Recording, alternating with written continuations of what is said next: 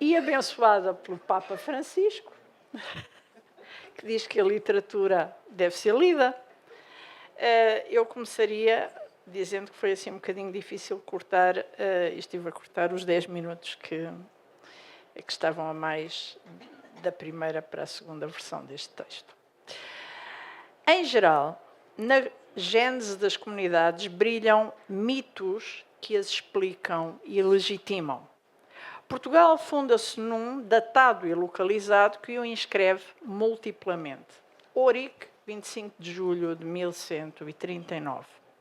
Por um lado, sendo o dia do provável aniversário, segundo alguns, de Dom Afonso Henriques, seu primeiro rei, reforça a identificação entre ambos que a cronística desenvolverá e que ele exibirá com as cicatrizes das batalhas, cartografando no corpo a formação do reino. Dia também de São Tiago, nome que a Reconquista fará ecoar e se celebrará em templo de peregrinação ibérica, Santiago de Compostela. Por outro lado, milagre ou visão, in hoc signo.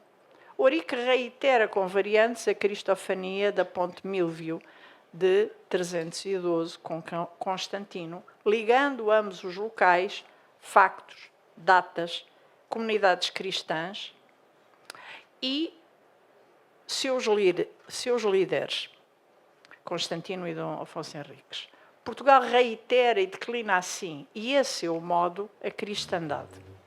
Por fim, o mito de Ourique projeta-se no tempo, unindo toda a comunidade heraldicamente, oferece-lhe as armas que a sagraram no escudo do rei fundador e que persistiram pelas sucessivas bandeiras para lembrarem essa gênese. E reúne a comunidade em torno de uma missão que o projeta no futuro da história e numa história do futuro, já agora, de Vieira. Quero em ti e teus descendentes fundar para mim um império, por cujo meio seja meu nome publicado entre as nações mais estranhas, diz-se no juramento de Dom Afonso Henriques, controverso, mas equivocado.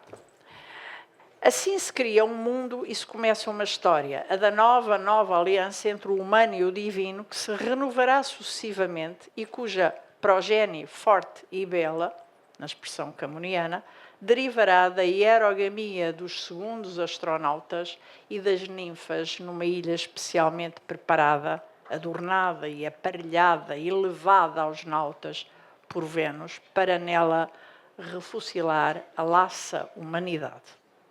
Assim se justificam as suas coordenadas e a sua metamorfose de reino a império global semi-cumprido. Assim se justifica o célebre Evangelho português, cuja boa nova Dom João I teria mandado espalhar pelo reino refundado, que os painéis de São Vicente parecem evocar e que o projeto nacional irá afeiçoando às circunstâncias.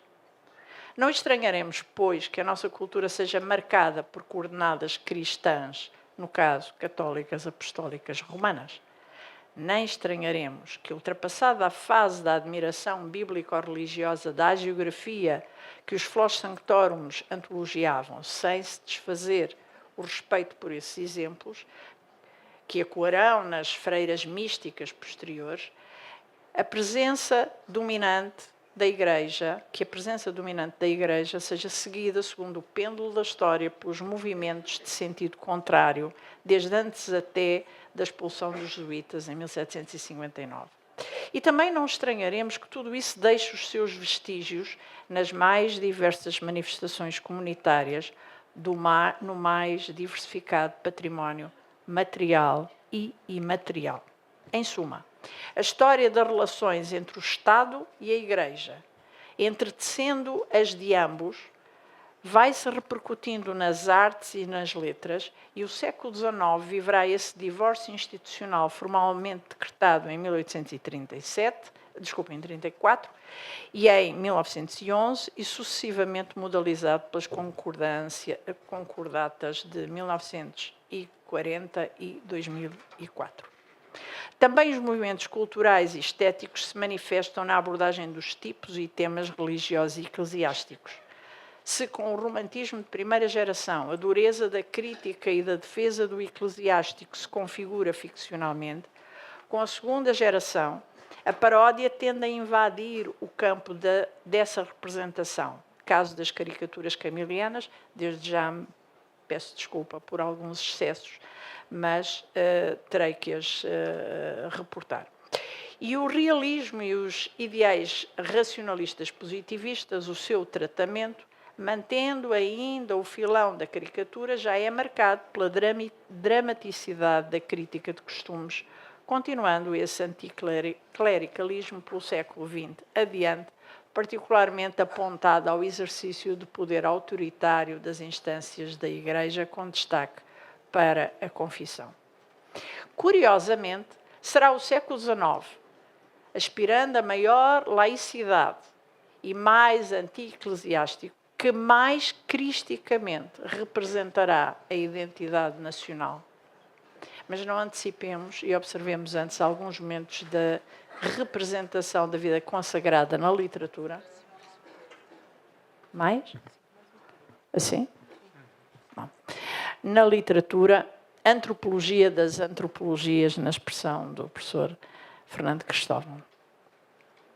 Antes de avançarmos, convirá sublinhar que nesse enfrentamento da inteligência portuguesa com a Igreja foi sempre clara a distinção entre a religião e a instituição que a representava. Era a circunstancialidade humana. As práticas e atitudes de alguns dos seus representantes, apesar da tendência para a generalização na retórica discursiva, era isso que era visado, contestado, criticado e satirizado, como Luís Machado de Abreu tão bem demonstrou na sua obra. No caso particular da figura feminina representante da Igreja, Luís Machado de Abreu identifica uma tipologia de 3 hipóteses mais constantes: a mulher fanatizada, a mulher seduzida, a mulher propagandista. Mas vamos a alguns exemplos, vou correr alguns, quando tiver que saltar, salto. Parte deles já morreu, portanto, não ficará, não se manifestará pela sua eliminação aqui. De Mariana Alcoforado às Três Marias. Mariana Alcoforado terá sido autora das cartas portuguesas, famosas cartas portuguesas, dirigidas ao Marquês Noël Bouton de Chamilly, conde de Saint-Léger e oficial francês, que esteve em Portugal sob as ordens de Schönberg durante a Guerra da Restauração. A sua obra Cartas Portuguesas tornou-se um famoso clássico da literatura mundial, traduzido e glosado com a invenção de mais cartas por aí fora. Só, por exemplo, no século XX já havia 130, no início, já havia 130 edições em mais de 8 línguas, as cartas já iam no número 12, etc. E Charlotte Morgan considera a maior influência literária do século. Com 11 anos foi obrigada a entrar no convento para honrar um testamento materno que a nomeava freira do convento da Conceição e para evitar os custos de um dote por matrimónio. Saltando os seus amores por Chamilly, a quem vira pela primeira vez do terraço do convento, de onde assistia às manobras do exército, deve ter ocorrido entre 1667 e 68, ano em que ele regressou à França, prometendo vir buscá-la mais tarde. As cartas reportam exatamente a revolta por ele ter faltado à promessa. Saltamos no tempo e 3 séculos depois surgem as novas cartas portuguesas das Três Marias. Maria Velho da Costa, Maria Teresa Horta, Maria Isabel Barreno, resultado de uma decisão das autoras de escrever um livro a 6 mãos como aranhas astuciosas, atravessando toda a nossa literatura e transgressivamente os diferentes géneros textuais. É uma obra inspirada nessa referência, Maria Alcoforado, encarada como protótipo da mulher portuguesa da sua época, mas que também o põe em causa com o modo intenso como vive a relação amorosa, considerando a moralidade cristã da época, facto que conduz as autoras ao tribunal, como sabemos. Nesse protótipo, as Três Marias sublinham a vida íntima, a sensibilidade carnal e afetiva e a liberdade transgressiva camuflada no passado, que o modernismo exibirá na sua literatura de Sodoma na década de 1920, para escândalo social com a apreensão de obras de Judite Teixeira, de António Boto, Raul Leal, etc. Autoras como Judite Teixeira destacam-se nessa subversão do cânon literário romântico mais espiritualizador da sensibilidade feminina, invadindo de Satânia, para parafrasear um título de Judite Teixeira, contribuindo para a complexificação genológica da literatura. Mas vamos a alguns marcos entre estas duas obras. Com Garrett, temos, por exemplo, as viagens e marcos dentro também da literatura moderna. Nas Viagens da Minha Terra apresentará Garrett uma panorâmica das obras das ordens religiosas e do modo como eram encaradas em função do seu protagonista. Dos institutos monásticos, cito, já então decaídos todos de esplendor e reputação, a Ordem de São Francisco era talvez a que mais descera no conceito público. Quanto mais austera é a regra, tanto mais se nota qualquer relaxação nos que a professam. A devassidão dos franciscanos tinha-se feito proverbial e popular. Eles eram tantos, por toda a parte, e tão conversantes com todas as classes, familiarizara-se de tal modo o povo com o aspecto daquelas mortalhas negras, aspecto já não severo, e apenas deixou de o ser ridículo, que elas apareciam em tais lugares, a horas, por tal modo que todo o respeito, toda a estima, toda a consideração se lhe perdera. Escritores já não os tinham. Pregadores poucos e sem reputação. Era todo o sentido da religião mais humilhada na geral decadência das ordens. Mas depois dirá dos frades, distinguindo-os dos agiotas barões que os substituíram e considerando-os os quixotes da sociedade velha. Do ponto de vista artístico, o frade faz muita falta. Nas cidades, aquelas figuras graves e sérias, com os seus hábitos talares, quase todos pitorescos e alguns elegantes, atravessando as multidões de bonecas e casaquinha, esguia e chapelinho de alcatruz que distinguem a peralvilha raça europeia, cortavam a monotonia do ridículo e davam fisionomia à população. Nos campos, o efeito ainda era muito maior. Eles caracterizavam a paisagem, poetizavam a situação mais prosaica do mundo medieval, etc, etc, etc. E afirma a sua saudade não dos frades que foram, mas dos frades que podiam ser, patriotas e liberais, assim como a sua tendência para povoar de frades a sua ficção, sendo que os frades croniqueiros foram responsáveis, como ele diz, pela legenda monástica realmente bela e cheia de poesia e romance, coisa que o povo não costuma desprezar. Na obra, Frei Diniz surge dramatizado pelo radicalismo, e diz-se dele, dentre outras coisas, na descrição, homem de rigidez austera, ascética, com o coração macerado do silício dos pensamentos austeros e terríveis do eterno futuro, consumido na abstinência de todo o gozo, de todo o desejo. Eis, salto outro, já está. Bom, então é assim, Camilo Castelo Branco traz-nos, mesmo no Amor de Perdição, a representação de uma atmosfera conventual onde a vida nada tinha de angelical. Só para ver um bocadinho deste ambiente, diz uma freira sobre outra. Pois, aquela grosseira vai-se embora e deixa uma hóspede sozinha. Bem se vê que é filha de funileiro. Pois tinha tempo de ter prática do mundo, ter andado lá por fora. Eu havia de ir ao coro, mas não vou para lhe fazer companhia, minha menina, etc, etc, etc. Bom, mas, em contrapartida, a dita Teresa, não é? A nossa heroína, ler cartas da tia, Perlada de Monchique, e com elas formar o conceito do que devia ser uma santa. Aquelas mesmas dominicanas em cuja casa estava, tinham sido retratadas de uma forma deliciosa. Bom, Aventuras de Basílio Fernandes enxertado, com a experiência de Basílio Fernandes, que era só pelo pela descrição inicial, uma personagem já sagrada na memória, cuja cabeça descomunal, apesar do motivo de muitas alegrias da mãe ditosa, se revelou no dizer do mestre, muito mais dura e tapada e maior que a bola de pedra da Torre dos Clérigos. Tu conheces? Eu menos bem.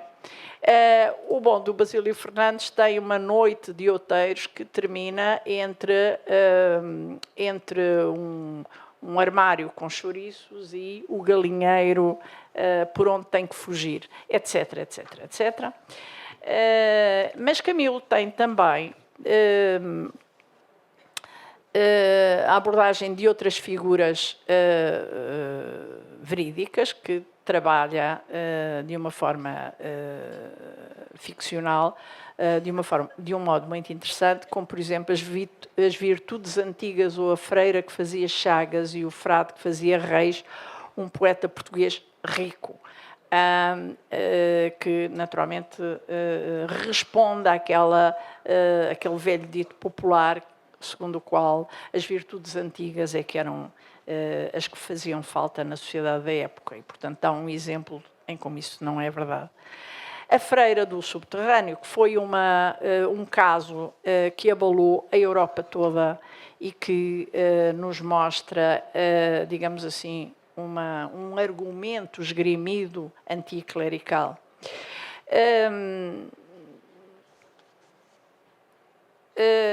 Bom, passo também por essa de Queiroz, que nos traz a relíquia que todos nós conhecemos, que nos fez rir a todos, e que, na sua peregrinação a Jerusalém, a todos os divinos lugares, em vez da coroa do martírio, aparecera sobre o altar da Titi, cito, uma camisa de pecado, e que ele, mais tarde, considera que deveria ter resolvido a situação com segurança, dizendo: eis aí a relíquia, quis fazer uma surpresa, não é a coroa de espinhos, mas é melhor, é a camisa de Santa Maria Madalena, e foi ela que me deu no deserto. Portanto, vejam as caricaturas.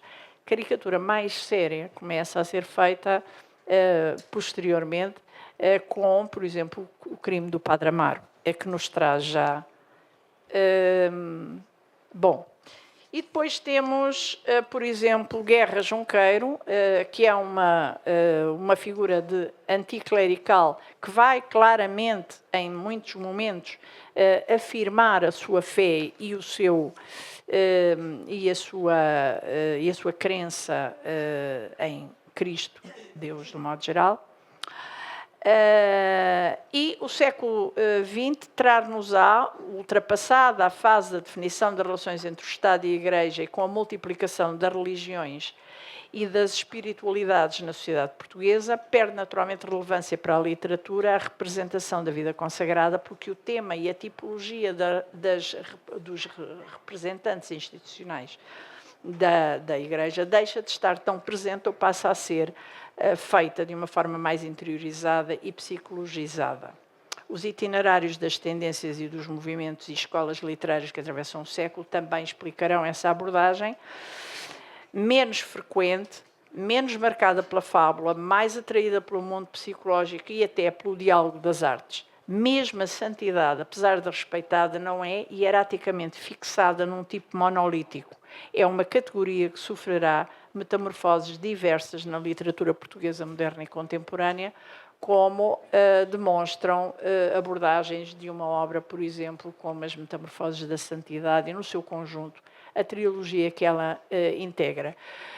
Eu passaria por Virgílio Ferreira com A Manhã Submersa, que nos mostra, no fundo, representantes institucionais sacerdotes do ponto de vista de uma criança sofrida, de uma criança que se sente mal com a rigidez de um colégio, e lembraria a monja de Lisboa, tratada por Agostina, que é muito bem analisada em muitos trabalhos de Maria do Carmo Mendes, e particularmente interessante pelo modo como ela articula interartes essa representação.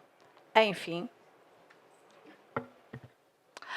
O itinerário das representações da vida consagrada no feminino e ou masculino é interminável. Estes foram alguns exemplos para fazerem o arco do século XVII à contemporaneidade, tendo eu optado por balizar este ciclo entre as tais duas obras em diálogo, como sinalizam os títulos, as cartas portuguesas e as novas cartas portuguesas, sendo a segunda exatamente a que também assinala a grande mudança de paradigma do papel e do estatuto da mulher na sociedade portuguesa e a que, coincidentemente, faz a ponte entre o antes e o 25 de Abril, mas também, de 74, mas também aquela que contribui fortemente para evidenciar a complexificação da literatura portuguesa. No caso dos dois últimos autores, já disse qual foi o objetivo, não é?